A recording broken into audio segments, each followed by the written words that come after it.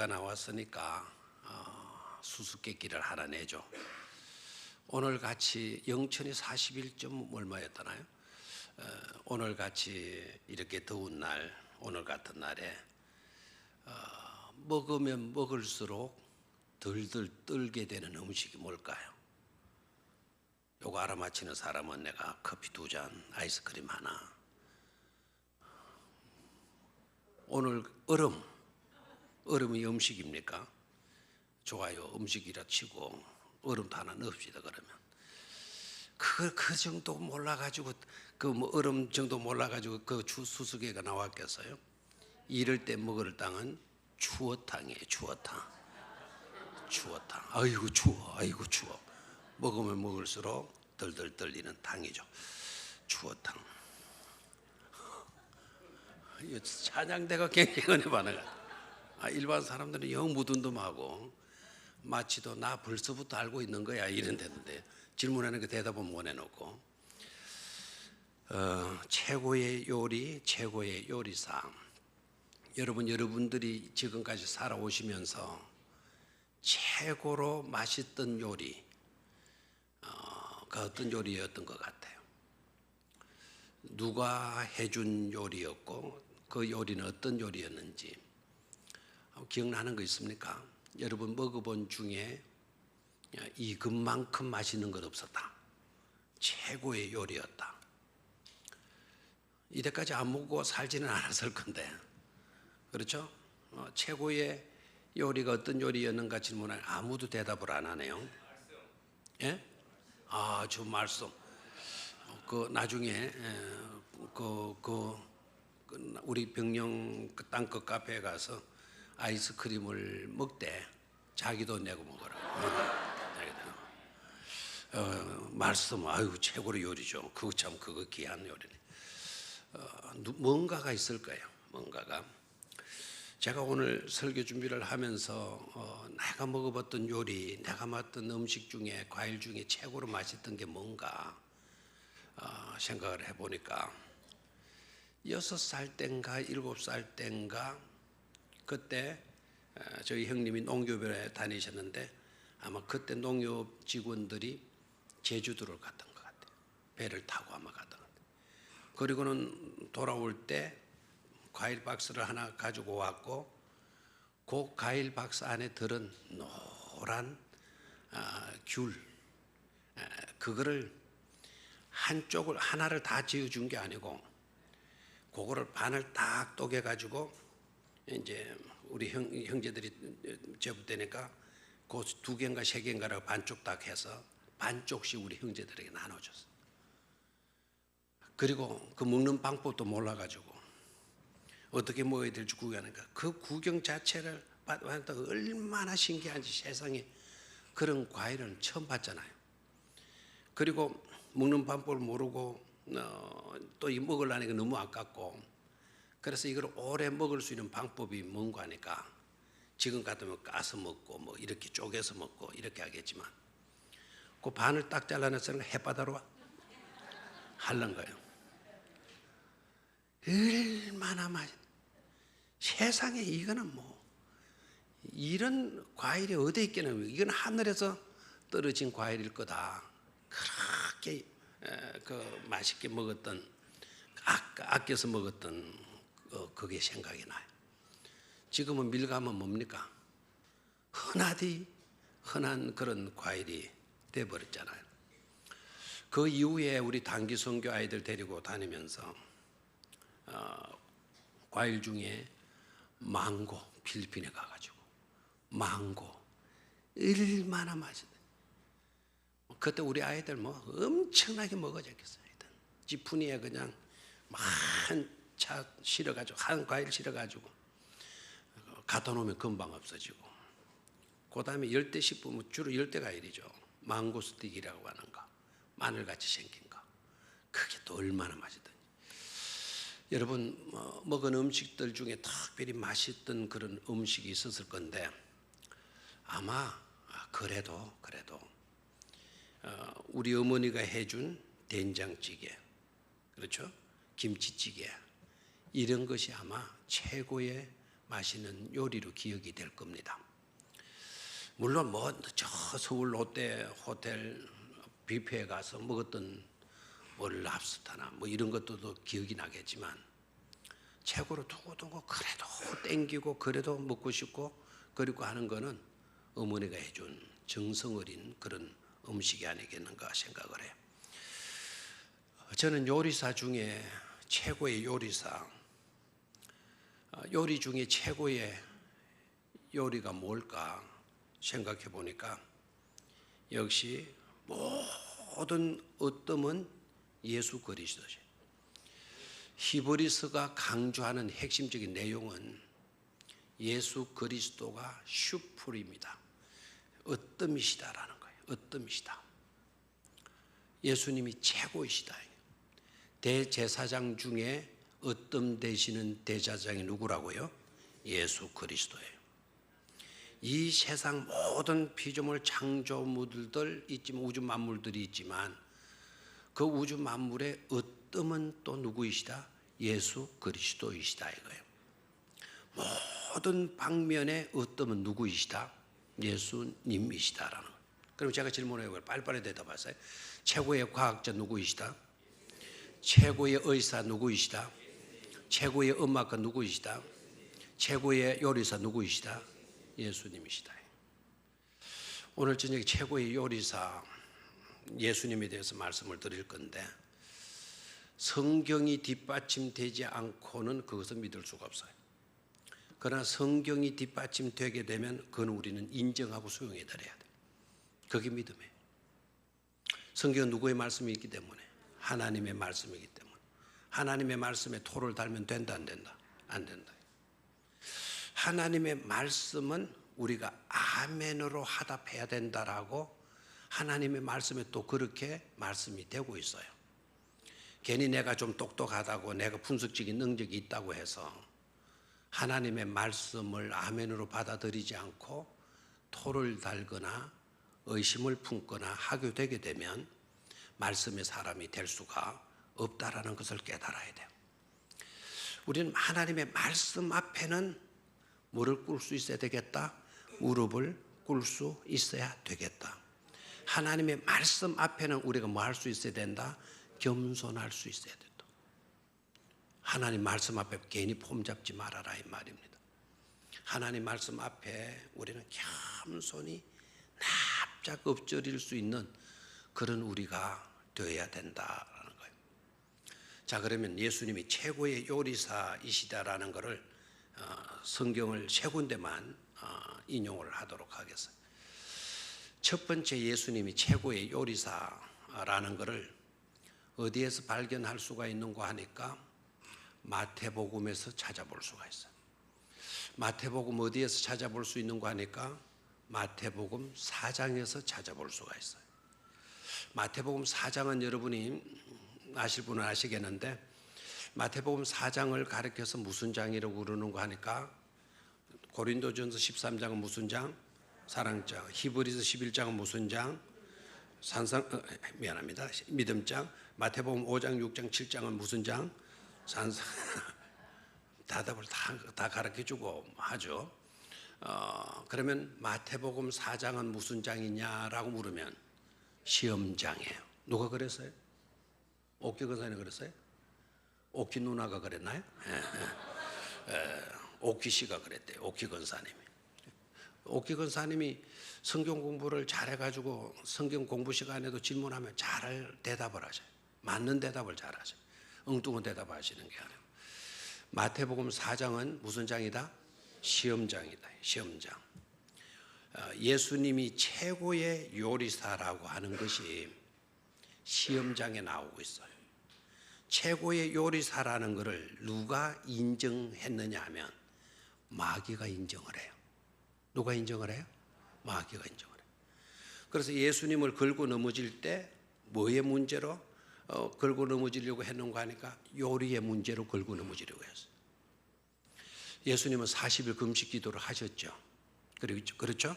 그리고 40일 금식 기도가 마치지는 시간에 제깍 그 타이밍을 정확하게 재고 있던 한 존재가 있었는데 그게 마귀. 그럼 40일 금식 기도가 딱 맞춰지게 될 때 그 시간 딱 맞춰서 달려간 것이 바로 마귀예요. 마귀가 딱 예수님께 달려가가지고 대뜸하는 말, 많이 시장할 것 시장하겠어요 안 하겠어요? 여러분 40일 금식 기도가 여러분 장난입니까? 40일 금식 기도 목숨을 내놓고 해야 되는 기도예요. 매도 40일 못 만난다 그래서, 해초리도 40일 맞으면 실신하고 죽는다 그래서, 죽지 않게 패는 거예요. 그러면 죽지 않게 패려면 몇 대까지 패야 돼요? 39대까지. 그래서 로마법이 그렇게 잔인하고 그렇게 무서워도 채찍을 때려도 몇 개 이상은 안 때린다. 39대 이상은 안 때린다. 우리나라도 태형을 가할 때요, 무조건 막 가장 주 패는 게 아니다 그러대요. 어느 정도까지 딱 때리고 나면 멈춘대요. 그 이상 때리면 죽어버리니까. 근데 40일을 금지하는 거예요. 얼마나 시장하셨겠어요. 예수님의 40일 기도는 물도 드시지 않은 40일 기도였다. 그럼 물을 안 마신다 그러면은 여러분 창자가 들어붙게 돼요. 그래서 40일 금식은 해도 물은 마셔야 되는 거예요. 그러니까 40일 금식 기도를 딱 마치는 그 시간에 마귀가 딱 뛰어나가가지고 하는 말이 뭐였어요? 시험의 첫 번째 내용이 뭐였습니까? 길바닥에 널려져 있는, 저 산비탈에 널려져 있는 저 돌들을 뭐되게 하여서, 떡되게 하여서 먹으라고 요구를 해요. 그게 시험의 첫 번째 내용이에요. 자, 돌을 뭐되게 하여서, 떡되게 하여서 먹어라. 얼마나 예수님을 대단한 요리사로 여기셨는지 돌 가지고도 떡을 만드실 수 있는 요리사로 여겼던 거예요. 와, 그럼 놀라야 되는데 안 놀라요?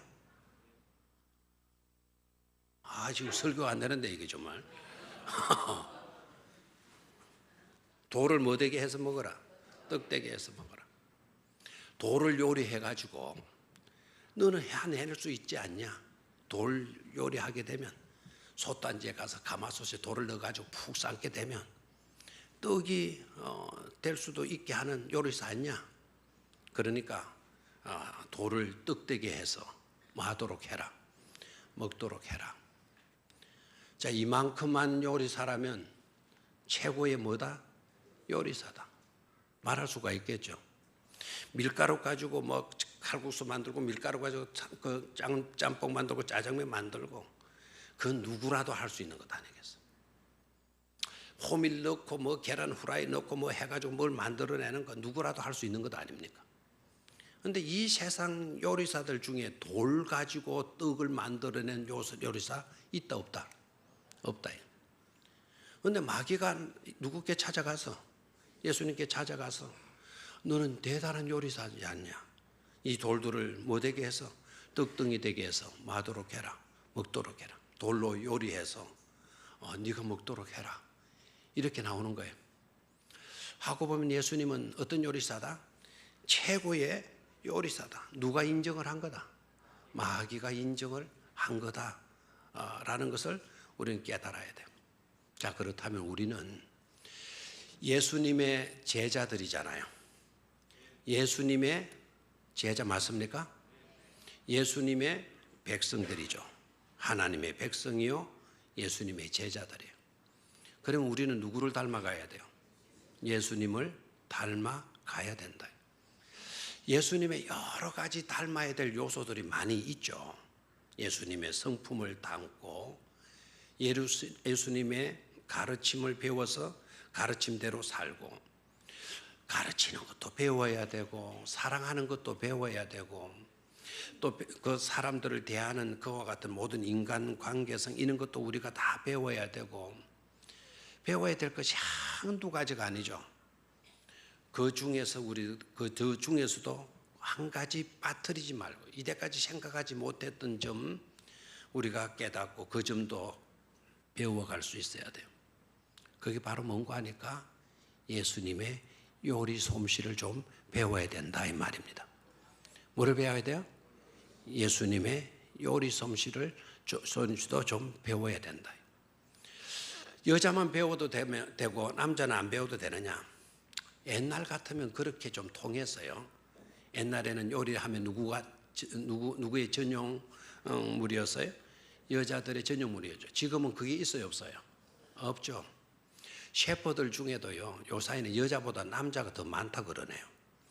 음식점에 들어가서 여자가 요리하는 것보다 남자가 하얀 모자 쓰고 요리하는 것이 훨씬 든든하고 훨씬 맛있어 보인대요. 그래 앞으로는 어떤 요리사가 많이 나와야 되죠? 남자 요리사가 많이 나와야 되죠. 저도 요리를 잘할까요? 못 할까요? 예? 잘할까요? 못 할까요? 못할 줄 알죠. 그런데 저한테 와서 자신이 없거들랑 저한테 와서 물으시라니까요. 얼마 전에 제가 누구에게 고추, 땡초 고추 조림하는 거를 강의를 했어요. 일단은 고추를 매운 거를 골라라. 그리고 그거를 청청청청 썰이라. 그리고 볶아라. 그리고 멸치를 넣어라. 그리고 조선간장을 부어라. 멸치를 넣을 때가 언제이고 조선간장을 부을 때가 언제인. 그리고 고추 조림에는 멸치만 있고 땡초만 있고 해서는 안 된다. 거기에 양파도 썰이 넣고 무조건 고추 조림에는 국물이 있어야 된다. 그 국물이 생명이니까 적당하게 양초를 양파를 적당히 넣어서 그 물을 잘 우려내고 그리고 그것을 몰캉몰캉하게 튀겨서 내라. 그러면 둘이 먹다가 하나 죽어도 모른다. 요리하는 것도 중요하지만 그 요리를 먹는 방법도 중요할까요? 안 할까요? 중요해요. 그 고추 조림은 절대로 빈속에 그냥 먹으면 안 된다. 맛있다고 또 숟가락 그릇만 푹푹 퍼먹으면 안 된다. 그걸 먹을 때에는 밥그릇에 그 고추 조림한 거를 숟가락으로 밥 위에 붓고 그 다음에 거기에서 비벼가지고 그리고 먹어봐라.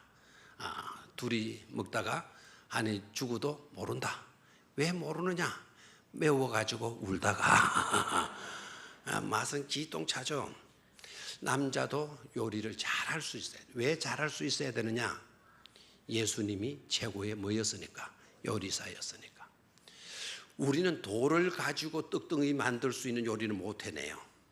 돌 가지고는 못 해낸다 할지라도 다른 다양한 방면의 것들을 사용해 가지고 멋진 요리를 해낼 수 있어야 될 줄로 믿습니다. 음악의 재능을 가진 사람은 음악도 요리하는 거예요. 똑같은 노래인데 똑같은 그 콩나물 그 음표가 붙어 있는 그런 것인데 우리가 그냥 부를 때 하고 전문가가 부를 때하고 다르잖아요. 우리는 4분의 3박자냐 4분의 4박자냐 별로 신경 안 쓰고 불러요. 그런데 노래를 조금 하는 분들은 4분의 3박자는 강약약으로 불러야 된대요. 그리고 4분의 4박자는 강약, 중간약으로 불러야 된대. 그래 그렇게 부르면 그 노래가 감칠맛이 난다 그래. 노래에 무슨 맛이 나요? 그런데 감칠맛이 난다 그래. 그러면 노래도 결국에 가서는 뭐라는 걸 알 수 있죠? 요리라는 것을 알 수가 있어요. 그러니까 우리는 여러 다양한 방면에 있어서 제 맛을 내는 맛깔스러움을 생산해내는 그런 유명한 훌륭한 셰프들이 되어야 된다라는 거예요. 아멘입니까? 누가 요리사였으니까? 예수님께서 요리사였으니까. 요리사 중에서도 돌을 가지고 떡을 만들어낼 수 있는 요리사는 누구밖에 없다?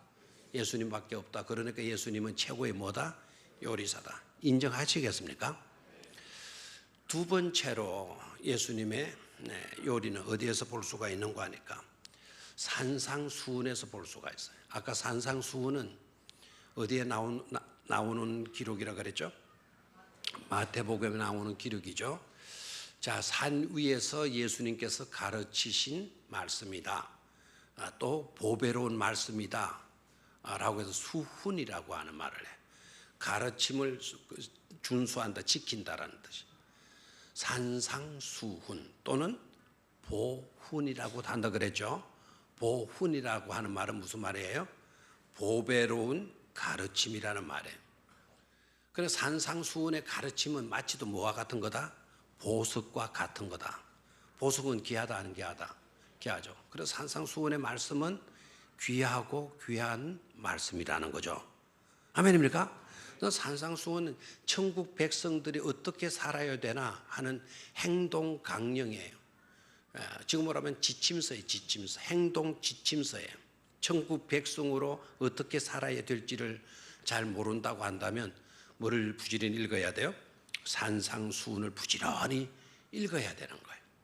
그럼 천국 백성들은 일반 세상 사람들과 달라야 되는데 천국 백성들은 어떻게 달라야 되느냐 라는 것에 대한 해답을 주는 것이 산상수훈이에요.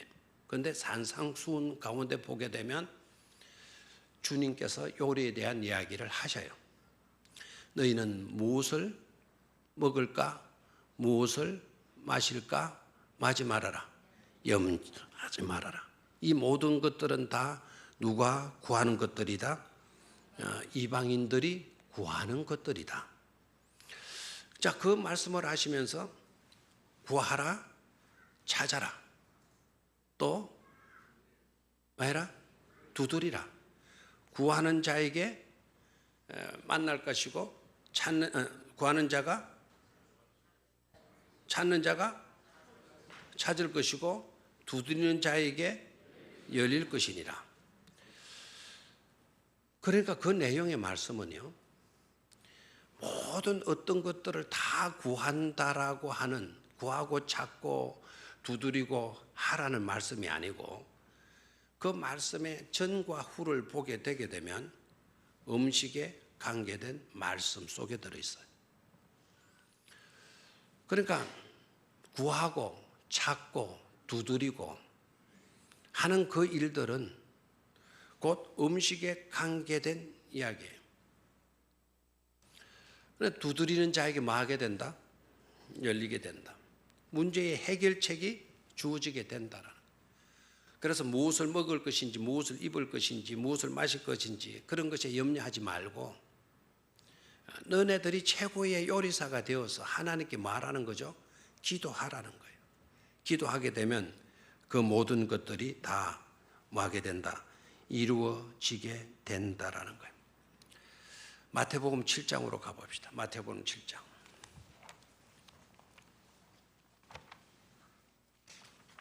오늘 오전에는 성경 어디를 읽었죠? 말라기서를 읽었죠. 왜 말라기다? 왜 말라기다? 말라기는 선지자 이름이죠. 나의 사자라는 뜻인데 2부 예배 때만 제가 우스갯소리로 말라기를 말씀을 드리고 1부와 3부 때는 말씀을 안 드린 것 같아요. 말라기는 이 우스갯소리입니다. 또 진짜 말라기는 얻은 거다 이렇게 해서는 안 되고, 말라기는 하나님을 향한 예정, 사랑, 또 믿음, 헌신, 열정, 베품, 이 모든 것들이 바짝 말라있는 기록이라고 해서 뭐다? 말라기다. 재밌죠? 오늘 말라기 내용을 보니까 다 말라 있었잖아요. 바짝 말라 있어요. 말라기. 근데 이제 마태복음을 보게 되는데 마태복음 7장 7절에서 12절을 보죠. 7절에서 12절. 자, 시작. 구하라 그리하면 너희에게 주실 것이요 찾으라 그리하면 찾아낼 것이요 문을 두드리라 그리하면 너희에게 열릴 것이니 구하는 이마다 받을 것이요 찾는 이가 찾을 것이요.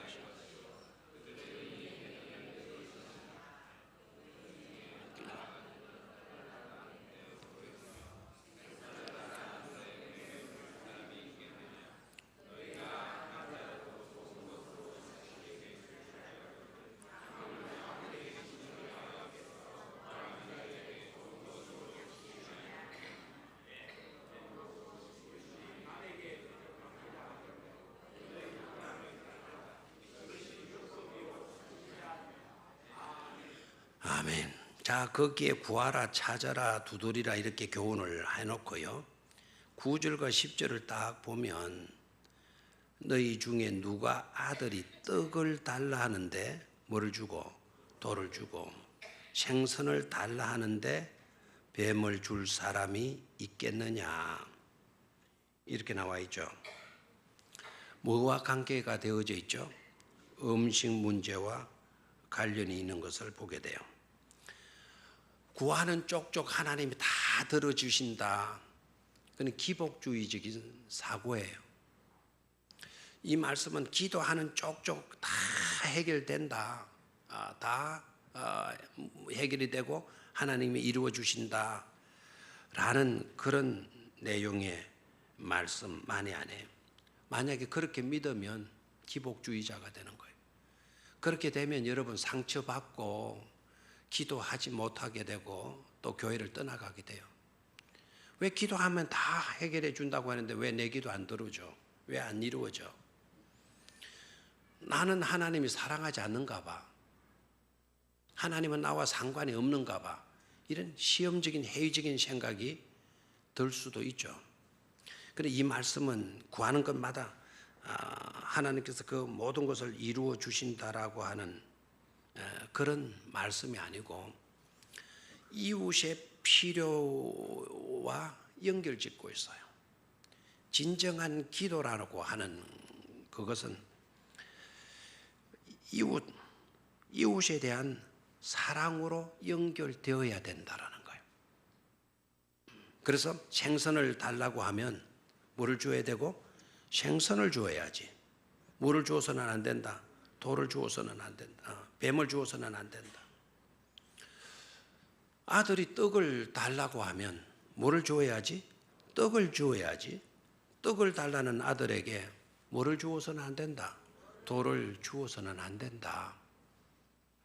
구하는 자에게 열리고 두드린 자에게 열리고 구하는 자가 얻게 되고 찾는 자가 만나게 되고 하는 이거는 꼭 기도는 이웃과 연결되어지는 데 있다라는 거예요. 이웃의 필요를 채워주는 데 있다. 여러분 황금률 아셔요 모르셔요? 황금률 아셔요 모르셔요? 이렇게 묻는 내가 참 어리석은데요. 황금률이 뭐죠? 누구든지 대접을 받고자 하는 대로 대접하라고 이야기하죠. 여러분 대접받고 싶습니까? 대접받고 싶으면 내가 대접받고 싶은 그 마음, 그 열정, 그 간절함을 가지고 누군가에게 먼저 뭐 해야 돼요? 대접을 하라는 거예요. 그 내용의 말씀은 받는 데 있지 않고 대접하라는 데 핵심 메시지가 들어있는 거예요. 그런데 우리는 대접하기보다 뭐 하기를 원하죠? 대접받기를 원하잖아요. 황금률을 거꾸로 생각하고 있는 거예요. 골든 타임이 있는가 하면 골든 노우가 있어요. 골든 노우. 법 중에 최고의 황금법이 있어요. 그게 뭔가 하니까 대접을 받고자 하는 대로 누군가를 뭐 할 수 있어야 된다. 대접할 수 있어야 된다라는 거예요. 그 대접이라고 하는 이 단어, 달로라고 하는 헬라어 단어인데요. 이 단어가 갈망하다는 뜻이에요. 갈망하다. 내가 어떤 것을 받기 위해서 갈망하는 게 아니고 내가 누군가에게 잘해 주기를 위해서 갈망하는 거예요. 됐습니까? 이런 마음은 아무에게서 나오는 게 아니다라는 거예요. 누구에서 많이 발견되는 거 아니에요. 물론 하나님이죠. 그 다음으로는 어머니래요. 어머니. 어머니의 마음에서 이 골든도 이게 대접이라고 하는 이것이 굉장히 강하게 나타난대. 어머니는 자신이 마시는 것이 있으면 자신이 먹고 싶어 해요. 자식에게 주고 싶어 해요. 자나깨나 누구에게 잘해주고 싶어가지고 자식에게 잘해주고 싶어가지고 갈망하잖아요. 이해가 됩니까? 근데 그런 마음은 사실 또 누구의 마음이죠? 하나님의 마음 아닙니까? 건강에는 세상이 악해져 가지고는 절대로 부모들로 하여금 그렇게 살지 말라 그래요. 자식 새끼 그렇게 키워놔봤자 소용없다 그래요. 그러니까 자식들한테 절대로 뭐 하지 마라. 기대하지도 말고 잘해주려고 하지도 말고 재산 다 주지도 말고 끝까지 죽을 때까지 누가 가지고 있거라. 자기가 가지고 있거라라고 세상은 그렇게 가르쳐야 안 가르쳐요? 가르치죠. 그 가르침이 일리가 있게 또 느껴지잖아요. 왜 줬더니 자식이 막 와서 꼬셔가지고는 다 줬더니 코만 내몰라라 하고, 그리고 이제 어머니 그 집 팔아가지고 하면은 우리가 어머니 모시고 편안하게 여행도 시고 잘 해드릴게요. 어머니 그렇게 하시고 우리 또 요거 조금 할 건데 요거 하게 되면 돈 많이 벌면 어머니 비행기 태워드리고 할게요. 어머니 현지 안 오다가 매일같이 소고기 사가지고 와가지고는 어머니 사는 거면 뽕가 부서. 그래 집을 팔아가지고 딱 갖다 줬네. 아이고 일주일 동안은 잘하는데 열흘째 집에 이제 갈 데도 없고 집에 물뚱해 있으니까 옛날 집 안 팔았으면 텃밭에 가서 고추도 심고 할 건데 그거 다 팔아가지고 자식 새끼 이제 며느리한테 와가지고 엎여서 사는데 그 아파트 사니까 막 심심해 죽겠는 거죠. 그러면 무조건 또 뭐 해야 돼요? 지 나가야 며느리가 좋아할 건데. 근데 아는 데도 없고 나갔다가 또 엘리베이터 잘못하면 엉뚱한 데 갈까 봐 겁이 나가지고 나가라 해도 못 나오고 집구석에 있으니까 며느리가 딱 밥을 차려놓고 할머니 방에 딱 와가지고 시어머니한테 딱 이렇게 말한 거예요. 할멈, 야 이년아, 식탁 위에 밥 차렸으니까 처음 먹어라. 며느리가 와서 이 카드를 해요. 그러니까 재산 절대로 팔아서 누구에게 주지 마라. 자식에게 주지 마라. 끝까지 쥐고 있거라. 이런 가르침이 이제 통하는 시대가 되어버렸어요. 근데 부모의 마음은 어떻죠? 내가 걸배가 돼도 내가 그런 취급을 당해도 누가 잘 되기를 바라요? 자식이 잘 되기를 바라요. 그게 대접이라고 하는 단어와 똑같아. 그래 우리가 누군가를 위해서 그렇게 살아라는 거예요. 그렇게 살게 되게 되면 우리가 그런 대접을 우리가 받게 된다라는 거죠. 제가 읽은 책 중에 어디서 읽은지 그 음식 이름도 제대로 웰자가 들어가던가 무슨 자가 들어가는데 아마 미국에서나 뭐 외국에서 생활하신 분들은 알 건데 우리나라 꼭 김밥처럼 우리 김밥 이거 휴대용으로 해가지고 김밥 이렇게 먹고 다니잖아요.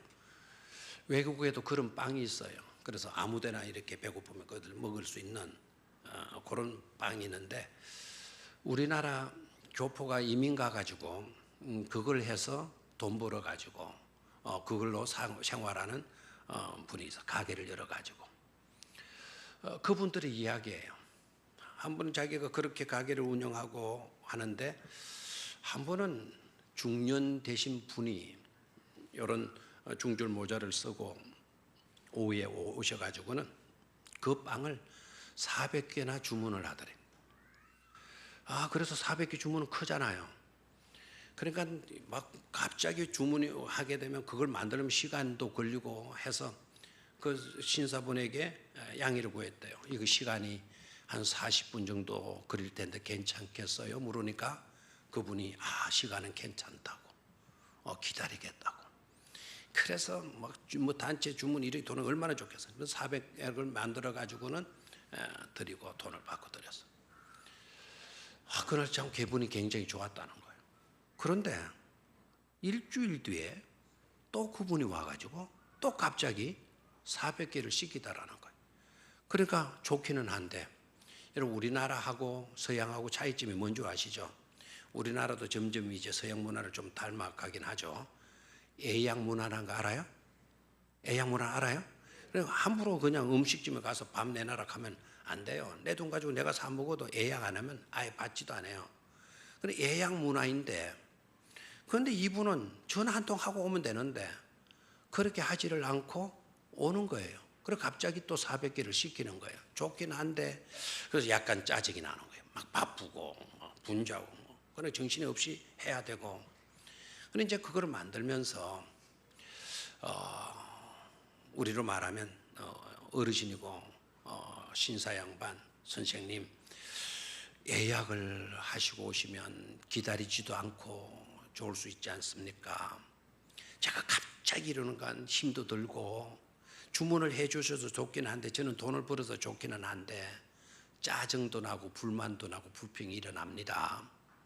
그러니까 다음번에 오시면 꼭 예약을 좀 하시고 전화 하나 하시고 오시면 좋겠다고. 그러니까 그분이 하는 이야기, 예, 제가 그걸 모르겠는 바는 아닙니다. 제가 그 내용을 알죠. 그러나 저는 예약을 할 수 없는 사람입니다. 그래서 우리나라 교포가 그 음식점을 하는 그분이 물은 거예요. 왜이죠? Why? 그분이 하는 게, 나는 지금 암 환자입니다. 의사 선생님께서 2달밖에 살 수 없다고 했습니다. 일주일 뒤에 죽을지 내일 죽을지 저는 알 수가 없기 때문에 뭐를 할 수가 없다? 예약을 할 수 없습니다. 이 주인이 우리 한국 교포죠. 이분이 햄버러 머리 뒤통수로 맞는 것 같았대.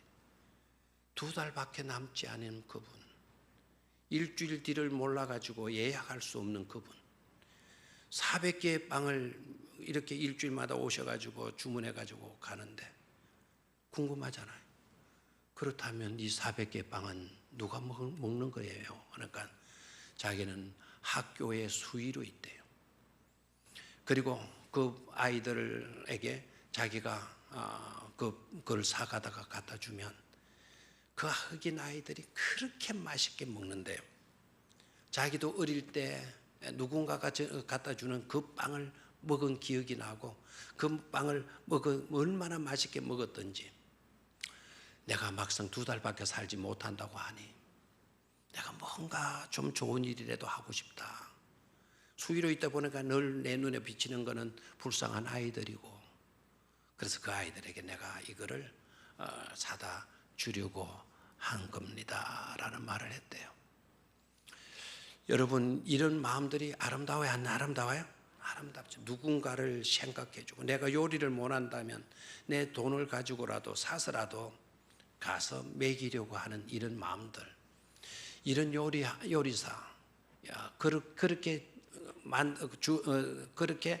해서 생겨난 그 메뉴들, 그 음식들 얼마나 귀하고 얼마나 맛있겠느냐 이거예요. 우리도 그런 삶을 살아갈 수 있게 되기를 축원합니다. 마지막 3번째로 오늘 주어진 본문 말씀이에요. 우리 주님은 최고의 뭐다? 요리사이고, 최고의 요리는 누가 만드신 거다? 예수님께서 만드신 것이죠. 자, 오늘 본문 내용은 말씀 안 드려도 알겠죠? 부활하신 우리 주님이 시리에 빠져 있는 제자들 나가서 물고기 잡는 현장 갈릴리 호수로 가셔서 그 물고기 잡느라고 고생한 그 제자들, 그런 한 마리 잡지도 못하는 그 제자들에게, 얘들아, 잡은 고기가 있냐? 없다. 그러면 얘들아, 너희의 그물을 배 어디에다 던져라. 오른편에 던지라. 그러면 얻는 것이 있을 거다. 그때 얘들아라고 내 friend, 내 친구들아. Throw your net over the light of boat. 배 오른편에다가 너의 그 넷들을, 그물을 스로우해라, 던지라.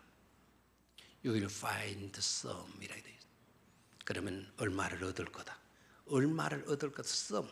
약간을 얻을 거다 그랬는데 나중에 그 약간을 얻은 것이 어느 정도냐? 153마리였죠.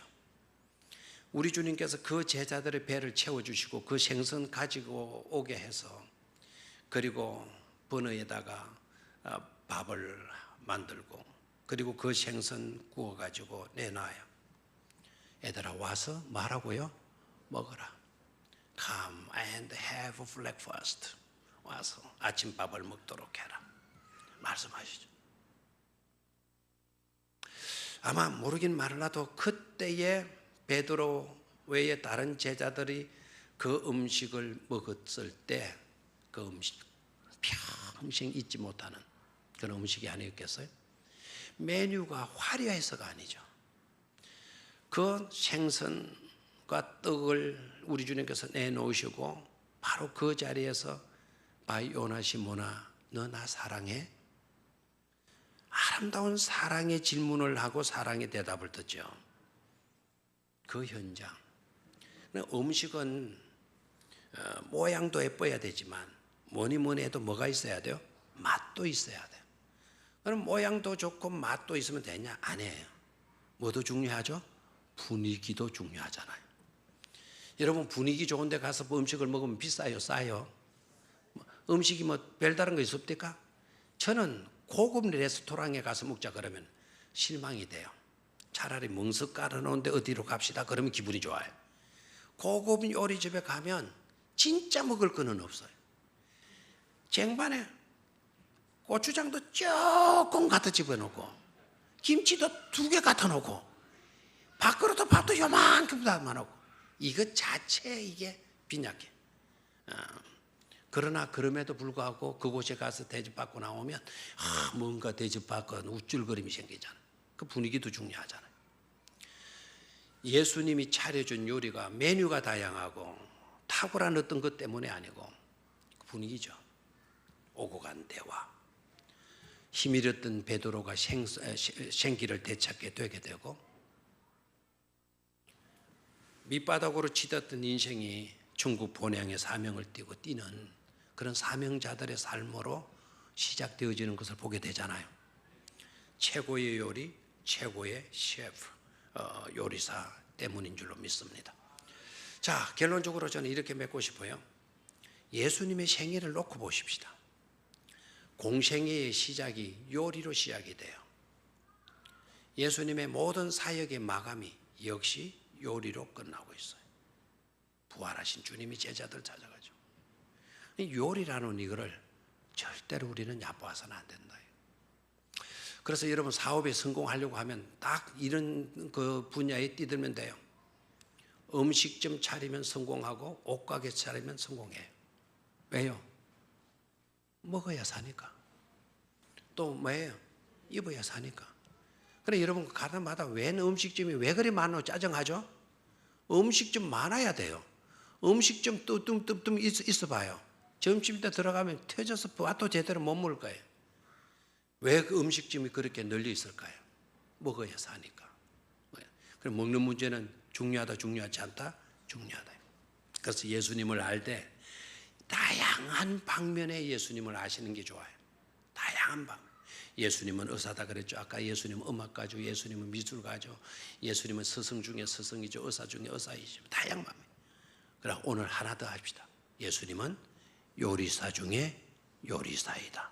아멘입니까?